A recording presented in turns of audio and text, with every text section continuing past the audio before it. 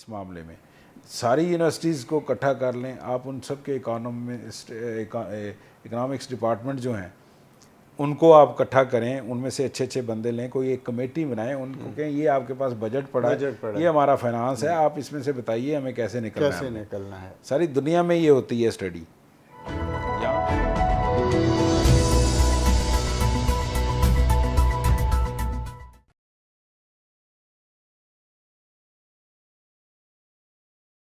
बिस्मिल्लाहिर्रहमानिर्रहीम। मैं हूं जी ज़मीर फ़ाकी। आप हमारा प्रोग्राम देख रहे हैं जिसमें हम कानून साजी से लेकर कानूनी नुकात और आइनी मामला जो हैं उसके ऊपर भी बात करते हैं, लेकिन इसके साथ साथ जो ताज़ा तरीन मुल्क में सूरत हाल चल रही हो उसके ऊपर गुज़श्ता प्रोग्राम में भी हमने बात की, हमें अच्छा खासा आउटपुट भी मिला उसका। नाज़रीन, ये प्रोग्राम देखकर आपने ही फ़ैसला करना है कि हम जो गुफ्तगू करते हैं, हम जिन मामलात पे बात करते हैं, उसमें आपकी दिलचस्पी हमें ये जो है ना अपने प्रोग्रामों को और अच्छा करने में ममदू और मामन होगी। तो हमारी बातों पे गौर कीजिए, और अगर आपके ज़हनों में कोई किसी किस्म के सवाल हों तो वो वहाँ पर जो हमारी वीडियो के नीचे कमेंट्स का खाना है वहाँ ज़रूर लिखें। हमारी ईमेल है उसके ऊपर बात की जा सकती है ताकि हम अपने प्रोग्राम को मज़ीद अच्छा कर सकें। अमर सुहेल सलीमी साहब से एक दुनिया आगाह है, कानून के माहिर हैं, आइन के माहिर हैं, पॉलिसी साजी में इनका बहुत बड़ा काम है। और अभी जिस तरह से आप देख रहे हैं, तकरीबन वैसे तो खैर जब से पाकिस्तान बना है उस वक़्त से ही हमारे अदारे जो हैं ना आपस में लड़ते ही आए हैं। उस लड़ने झगड़ने का नतीजा ये निकला है कि आज हम पाकिस्तान जो है दुनिया के बहुत ही, यानी हमारे से बाद में आज़ाद होने वाले, हमारे से अलग होने वाले मुल्क जो हैं, यहाँ तक कि अफ़गानिस्तान भी अब जो है उसके भी जो अशारिये मुआशी अशारिये हैं वो हमारे से बेहतर नज़र आ रहे हैं। कभी हम इस्टेब्लिशमेंट से लड़ रहे होते हैं, कभी हम अदलिया से लड़ रहे होते हैं, कभी अदलिया हावी हो रही होती है। ये एक अफसोसनाक सूरत हाल होती है किसी भी मुल्क के लिए। अभी 1-1.5 माह से तकरीबन जो सूरत हाल चल रही है, जिस तरह की जिससे एक पूरे मुल्क में एक इंतशार की कैफियत है, फिर पिछली जो 2-3 सालों की जो हुकूमतें थीं उसके जो असरात हैं उसी से हम नहीं निकल पा रहे थे, ऊपर से ये एक नया सिलसिला। अब ये अदलिया 2 यानी अदारे हैं, एक कानून साज अदारा है, एक कानून की तशरीह करने वाला अदारा है। अब इन दोनों के दरमियान जो मुखासमाना चल रहा है सिलसिला, उसमें किसी वक्त यूँ लगता है कि अदलिया हावी होगी, किसी वक्त लगता है पार्लियामेंट हावी होगी। अब इन दोनों में से हावी कौन होता है हमें इससे गर्ज नहीं है। हम तो ये देखना चाहते हैं, हमें तो ये महसूस हो रहा है कि इस मुल्क की 22-23 करोड़ आवाम जो है वो बिल्कुल नीचे चली गई है। पाकिस्तान नीचे जा रहा है, दुनिया में हमारे साथ कोई कारोबार करने के लिए तैयार नहीं, हमारी LCs नहीं खुल रही हैं, इम्पोर्ट एक्सपोर्ट बंद हुई पई है, हमारी मेडिकल के सामान नहीं आ रही, यहाँ से कंपनियाँ जो है अपना बोरिया बिस्तर गोल करके बाहर भागना चाह रही हैं। फिर कई तरह के मामलात हैं हमारे यहाँ जो ये सारे, आज हम इन्हीं मुख्तलिफ मौज़ूआत के ऊपर जो है ना अमर सुहेल सलीमी साहब से बात करेंगे। एक तो सर ये बताइए, अब माशाल्लाह आपकी क्योंकि कमांड है तो हम आपसे ही जानना चाहेंगे कि एक तो ये अदलिया और पार्लियामेंट में जो लड़ाई चल रही है, क्या ये ऐसा नहीं हो सकता कि ये दोनों ही अदारे जो हैं, एक कानून साज एक कानून की तशरीह करने वाला है, एग्जेक्टिव ऑर्डर के ज़रिए जो है ना काम चलाया जाता है, एक चीफ साहब उठते हैं कहते हैं कि जी इस तरह से कर लें। आगे सूरत हाल क्या है, हुकूमत को ही अपनी जो है वो जुरिडिक्शन में रहते हुए मामलात को देखना चाहिए या जिस तरह से अदालत कहे वैसे उसको करना चाहिए? सर देखें फ़ाकी साहब, 2 चीज़ें जो है ना वो बड़ी मटीरियल होती हैं इस तरह के मामलात में, जिनको ख़ास तौर पर ख्याल किया जाता है जी। कुछ एरियाज़ तो बहुत क्लियर हैं, सब लोगों को पता है कि सुप्रीम कोर्ट की जुरिस्डिक्शन क्या है और सुप्रीम कोर्ट के दिए हुए हुक्म की क्या कॉन्स्टिट्यूशनैलिटी जो है वो क्या है। देखें, जब आपने आइन में लिख दिया, पहली बात मैं करूँगा जो प्लेन लैंग्वेज में आपको समझाने के लिए कि सुप्रीम कोर्ट जो वर्डिक्ट देती है उस वर्डिक्ट पे अमल दरामद करना हुकूमत का फ़र्ज़ है जी। अब लेट्स सपोज आप उससे डिफ़र करते हैं या आप उससे चाहते हैं कि नहीं, उससे मुख्तलिफ़ मामलात में फ़ैसला आना चाहिए था, या कोई अहम पहलू ऐसा रह गया है सुप्रीम कोर्ट से जिसकी वजाहत दरकार है या जिसके ज़रिए वो मामलात को जो है मुख्तलिफ गाइडेंस जो हैं वो रिक्वायर्ड हैं। ठीक है। अब कॉन्स्टिट्यूशनल हिस्ट्री उठाइए ज़रा थोड़ा सा जी। अब भुट्टो केस देखिए, 34-109 में वाहद सजाए मौत है, जिसका प्रेसिडेंट जो है वो दुनिया में ना मिलता है और ना ही अपनी कोर्ट से इसको कबूल करने के लिए तैयार हैं। और इस पर एक और जो सबसे बड़ा मजाक बना हमारा वो ये कि एक साहब का चीफ जस्टिस ने बरमला जो है वो एक इंटरव्यू में इस बात का इजहार किया कि जजेस भी नौकरी करते हैं। अब ये बड़ा अहम पॉइंट था कि जजेस नौकरी करते हैं कि जजेस ने नौकरी नहीं करनी। जजेस are there to dispense with justice in accordance with. देखें दो चीज़ें हैं हमारे आइन के अंदर, एक चीज़ कि कुरान जो है is the supreme law, Islam principles of Islam has to be followed, एक तो ये है। दूसरा हमने दुनियावी कानून जो है उसको ज़रा बेहतर फार्मूलेटेड करके उसको जो है इनबिल्ड किया है कॉन्स्टिट्यूशन के अंदर, ताकि लोग जो है वो अपने फंडामेंटल राइट्स को पहचान सकें, लोग अपने रेमेडीज़ को पहचान सकें, उनके लिए जो भी मामलात होने हैं उसके मुताबिक होने हैं। तीसरी देखें, जब आपको दो फोरम प्रोवाइड कर दिए गए कि इस्लाम कुरानिक जस्टिस मीन्स कि आपने मजलूम को हर सूरत इंसाफ लेके देना है, ये नहीं करना कि वो सारी सज़ा भुगत ले या सज़ाए मौत हो जाए उसको तो फिर आप उसको कब्र से निकाल के कहें ओ सॉरी आपकी कब्र जो है वो हमारी वजह से बंद तो गई लेकिन हम आपको इंसाफ नहीं मुहैया कर सके। ठीक है, तो ये काम नहीं करना, इस काम के लिए मना किया गया है। इसी वजह से जो है वो कॉन्स्टिट्यूशन के अंदर जो है इस्लामिक प्रोविजंस को बिल्ड इन किया गया कि अगर आप देखते हैं, देखें रश ऑफ वर्क हर जगह पे होता है। रश ऑफ वर्क का वो अमेरिकन एक फ्रेज़ है कि busy is a man who has a time for everything. Busy वो बंदा है जिसके पास हर काम करने के लिए टाइम है। अगर आपके पास टाइम नहीं है तो आप जजशिप जो है वो छोड़ दीजिए, अगर आपसे काम नहीं होता तब भी छोड़ दीजिए। वो आप अपने ऊपर भी जुल्म करते हैं, अवाम पे भी जुल्म करते हैं और फिर अवाम को जो डिस्पेंस विद आपने जस्टिस करना है उसकी हिंड्रेंस की जिम्मेदारी भी आप पे आती है। और उसके मुतालिक जो कहा गया है कुरान के अंदर, फिर वो मामलात भी आप ही ने भुगतने हैं, किसी और ने नहीं भुगतने। It's a very tough job जो आप अंडरटेक कर रहे हैं और उस अंडरटेकिंग को आपने मामलात को कानून और आइन के दायरे में रहते हुए पूरे करने हैं। जी। अब आप देखें, अभी मौजूदा जो मैंने आपको लास्ट टाइम भी कहा था कि ये डिज़ास्टर जो है आहिस्ता आहिस्ता ये डिबैकल जो है वो डिज़ास्टर में कन्वर्ट होने जा रहा है। अब 90 डेज़ आलमोस्ट ओवर हो गए जी। अब कॉन्स्टिट्यूशन में सिर्फ 90 डेज़ की एक प्रोविजंस मौजूद थी इंटरिम गवर्नमेंट के लिए कि वो 90 डेज़ तक जो है वो मामला थोड़ी सी जानकारी कीजिए कि मामला चलेंगे। अब 90 डेज़ के बाद क्या होगा जी?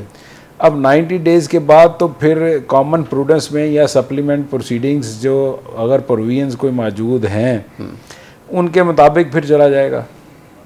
अब कोई सप्लीमेंट्री प्रोविजंस ऐसी मौजूद नहीं है तो हमें जो है फिर ले दे के दोबारा फिर सुप्रीम कोर्ट की ही तरफ देखना पड़ेगा कि जो इस बात को वैलिडेट करे, इस पीरियड की एक्सटेंशन को वैलिडेट करे। जैसे मार्शल लॉ जितने भी आए सबको सुप्रीम कोर्ट ने वैलिडेट किया और आपने देखा आर्टिकल 6 को आप देखें जी। उसमें लिखा हुआ है कि whoever circumvent sabotage any of the provision of articles of this constitution he shall hang to death. उसके बाद पहला अपेंडिसाइज 1 आप देखते हैं कि I the general so and so hereby suspend the constitution. ये मजाक है।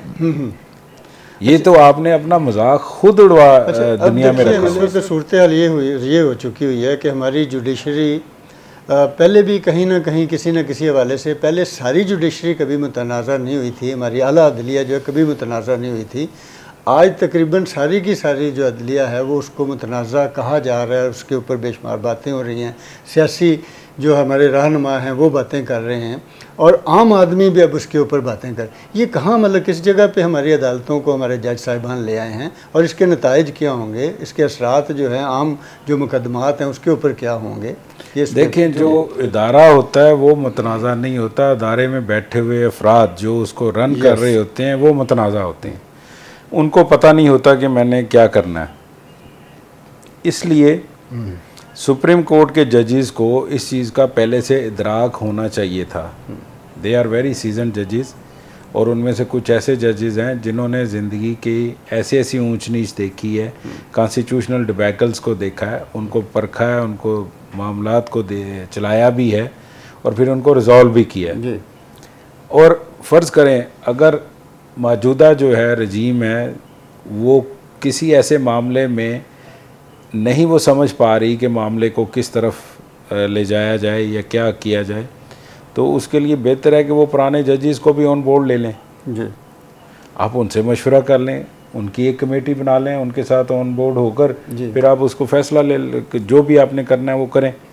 मतलब मकसद तो कौम को रीगल आउट करना है इस सिचुएशन से, ना कि कौम को मज़ीद इसके अंदर धंसाते जाना है ताकि अल्टीमेटली जो डिज़ास्टर है वो पूरा हो और वो मुकम्मल हो और उसके बाद फिर हमारे पास कुछ कहने करने के लिए रहे ना। अच्छा सर, एक और मतलब देखिए, अब आज मतलब ईद में 2 से 3 दिन रह गए हैं, 27वां रोज़ा है, और सैकड़ों नहीं हज़ारों ऐसे लोग अदालतों जेलों में बंद हैं, थानों में बंद हैं, सिर्फ उनकी केसों की सुनवाई नहीं हो रही। किसी माँ का बेटा है, किसी का खामंद है, किसी का बाप है, और वो छोटे छोटे सिर्फ जजों की छोटी सी तवज्जो ना मिलने की बिना पर हो सकता है उनकी ज़मानत भी ना हो और वो उसी तरह से अंदर। आप जेलों के बाहर जाएं, देखें लोगों की लाइनें लगी हुई हैं। एक तरफ सैकड़ों लोग हैं, हज़ारों लोग हैं, लाखों लोग हैं, और एक तरफ एक शख्स है जो कहता है, जब रात को सो के उठता है तो वो कहता है कि जी मुझे ये जो है ना रमज़ान में या ईद के दिनों में जब ये छुट्टियां होंगी तो मुझे गिरफ़्तार कर लिया जाएगा, और उसके लिए सारे अदालतों के दरवाजे जो हैं 24 घंटे खुल जाते हैं, सारे जज जो आकर बैठ जाते हैं। ये क्या तज़ाद है, जबकि हम कहते हैं, हमारे ये लीडरान भी कहते हैं कि मसावात है जी और कानून जो है सबके लिए बराबर होना चाहिए। तो ये कहाँ कानून बराबर है, नज़र तो नहीं आ रहा। देखिए, कानून लिखने की हद तक तो आर्टिकल 4 में लिखा हुआ है कि सब के लिए बराबर होगा और सबको इंसाफ मिलेगा, लेकिन ऐसा होता नहीं है। और कमाल इसमें ये है कि आप अगर थोड़ा सा मज़हब को भी स्टडी करें तो इस्लाम के अंदर गिरफ्तारी नहीं है। जी जी, हमारा मज़हब गिरफ्तारी जो प्रायर टू कन्विक्शन के ऊपर है वो सारे का सारा गलत है, क्योंकि जब वो मुलज़म बरी होता है तो फिर उन सालों का, उन मामलात का कौन हिसाब देगा? किसी के पास। और हमारी स्टेट तो किसी जिंदा को कुछ नहीं देने के लिए तैयार होती, तो वो तो फिर अंदर वो जेल काट के आया होता है, उसको किसी ने क्या देना है। तीसरी बात हमारी जो है वो है स्लैंडरिंग और लेबलिंग। हम लोग बग़ैर सोचे समझे सोशल मीडिया के ऊपर, बग़ैर किसी तहकीक और बग़ैर किसी उसके मामलात को देखे हम लोग इल्ज़ाम लगा देते हैं, स्लैंडरिंग करते हैं। फिर उस स्लैंडरिंग को इस हद तक हम लोग फैला देते हैं कि जो उसके इर्द गिर्द रहने वाले शख़्स हैं वो भी शायद इस मामले को समझते हैं कि जनाब शायद ये जो बंदा है ना ये है ही इसी तरह का। अब एक नाम ले लेते हैं, नाम लेने में कोई हर्ज नहीं है। इमरान खान के खिलाफ जो है 124 या 129 पता नहीं वो FIR ये बताया जा रहा है कि जी वो हो गई हैं, तो वो सारा। अब मुझे बताइए कि आप सिर्फ वो वाली FIR कीजिए जिसमें आप सज़ा दिलवा सकते हैं, जिसमें शहादत आपके पास पूरी मौजूद है। ये तो फिर हुकूमत का मजाक। अदरवाइज तो ये प्रोपेगेंडा FIRs बन जाएंगी और इन्हीं के खिलाफ जाएंगे, और बिल्कुल हुकूमत के खिलाफ जाएंगी, और उसकी पॉपुलैरिटी को ना सिर्फ बढ़ाएंगी बल्कि उसके लिए तो ये नेमत के तौर पे वो देखी जाएंगी कि उसको तो जो है एक बंटी मिल गई और उस बंटी को वो एंजॉय करेगा। अब ज़मान पार्क से उठे, हाई कोर्ट आ गए और हाई कोर्ट में कह दिया कि जी 124 129 पता नहीं कितनी FIRs हैं जनाब, ये सारी की सारी। अब ऑब्वियसली इतनी FIRs का होना जो है वो लम्हा फ़िक्री है हुकूमत के लिए, जिसके ख़िलाफ़ हो रही हैं उसके लिए नहीं। जो करवा रहा है या जिसके हुकूमत के अंदर ये मामला चल रहे हैं उसके लिए लम्हा फ़िक्री है कि भाई ये हम कोई ऐसा प्रेसिडेंट कायम ना करवा लें जिसमें जो है इस तरह की सिचुएशन कल को दूसरी तरफ की अगर आ जाए या दूसरे लोगों पे इस तरह की सिचुएशन आ जाए तो वो लोग जो है वो इस प्रेसिडेंट्स का बेनिफिट ना ले सके। सही बात है। तो इनको ये दो धारी तलवार होती है, इन मामलात को बहुत सोच समझ के बड़े तरीके के साथ जो है वो चलाना होता है और करना होता है। आप 2-4 जो जेन्युइन FIRs हैं या जेन्युइन उसने जो कमिट किया है, आप उसकी तरफ से तो तवज्जो सारे कौम की हटा दिया आपने। वो देखे ना, उनका भी कहना है, वो हर जगह फिर वो अब इसको फॉरेन मीडिया भी लेता है, हमारे नेबर्स में भी ये जाता है कि जी एक बंदे के ऊपर जो है ना हुकूमत ने चढ़ाई की और गैर ज़रूरी मुकदमात की बात भी की जा रही है। और फिर वो आपको पता है कि इमरान खान साहब इस मामले में तो बहरहाल इन सब से बेहतर हैं कि उनकी जो सोशल मीडिया टीम है, उनके जो इर्द गिर्द लोग हैं, वो हर मामले को बहुत ही अच्छे तरीके से मैनिपुलेट करते हैं और जो उनकी तरफ बॉल फेंका जाता है उसे उतनी शिद्दत से, बल्कि ज़्यादा शिद्दत से वापस उनकी तरफ फेंक देते हैं और हुकूमत फिर बैकफुट पे चली जाती है। तो क्या हुकूमत इसको आप देखें ना, ऐसी ज़रूरत पड़ी थी कि आप ज़मान पार्क में गिलगित बल्तिस्तान से पुलिस को बुलवाएं। वो हालांकि उनको यकीन होना चाहिए था कि जिस प्रोविंस में वो रहते हैं या जहाँ पे उनका घर मौजूद है, वहाँ की पुलिस पे एतबार होना चाहिए और ये पुलिस जो है वो अपना एतबार कायम करे ना कि किसी के भी हाथ में, चाहे वो गवर्नमेंट है, चाहे अपोजिशन है या कोई और सियासी पार्टी है, उसके हाथ में उसको नहीं खेलना चाहिए। उनको सोचना चाहिए कि आज ये हैं, कल दूसरे हैं, परसों तीसरे हैं। ये बारी तो चलती रहती है पॉलिटिकल पार्टीज़ की। तो पुलिस जो है उसको एक बैलेंस रवैये के साथ जो है वो इन सब चीज़ों को जी वो ज़ाहिर है पुलिस का तो काम है, उसके लिए सारे जितने लोग हैं बराबर होने चाहिए ना। कानून की नज़र में सब बराबर है, मतलब पुलिस तो सबके साथ वही सलूक करेगी जो कानून में दिया गया है। बिल्कुल, अगर किसी ने गलत किया आप ज़रूर उसको गिरफ्तार करें। अच्छा जी, अब ये बताइए कि हम 90 दिन से गालबन एक आधा दिन ऊपर हो गया निगरान हुकूमत को कायम हुए कानून और आइन क्या कहता है कि एक जो जब आप उस मुद्दत से आगे चले जाते हैं तो फिर उस वज़ीर आला की क्या हैसियत रहती है? देखिए 224 में ऐसी कोई बात नहीं है कि 90 डेज़ से बियॉन्ड कोई ट्रैवल कर सकता है जी। उसमें मैक्सिमम लिमिट जो है वो 90 डेज़ की ही दी गई है। अब लेट्स सपोज कोई ऐसी सरकार, कोई जंग हो जाती है या किसी और वजह से, कोई फाइनेंशियल क्राइसिस की वजह से या किसी इमरजेंसी की वजह से या किसी भी और मामले की वजह से जिसका ताल्लुक नेशनल सिक्योरिटी या मुल्क की सिक्योरिटी से मुतल्लक का हो, तो उस सूरत हाल में क्या किया जाएगा? तो उस सूरत हाल में सप्लीमेंट प्रोसीडिंग्स, सप्लीमेंट प्रोविजंस होती हैं हर कानून के अंदर। तो उनको ब्रुए कार लाकर सप्लीमेंट प्रोविजंस जो हैं उनको ब्रुए कार लेकर आएँ और उसमें देखें। और ये सारी चीज़ें भी वैलिडेट फिर आपको सुप्रीम कोर्ट से ही करवानी है। यानी इसमें सुप्रीम कोर्ट या अदालतें इंटरवीन कर सकती हैं कि ये जी ज़्यादा इसका टर्न्योवर आगे क्यों जा रहा है? या बिल्कुल बिल्कुल इस तरह से तो देखे ना, कोई एक बंदा भी बैठ जाए और वो कहे कि जी मेरे पास तो 90 नहीं, मेरे पास 120 डेज़ हैं, मेरे पास 150 डेज़ हैं, तो उसकी बात तो नहीं मानी जाएगी। आपको फिर वैलिडेट करवाना है, कहीं ना कहीं से तो वैलिडेट होना है उस चीज़ में। तो इसलिए 90 डेज़ के बाद अब जितना भी सारा पीरियड है, जो भी मामलात हैं, वो पीरियड वैलिडेट करवाने के लिए हुकूमत को दोबारा से सुप्रीम कोर्ट के दरवाजे पर जाना पड़ेगा।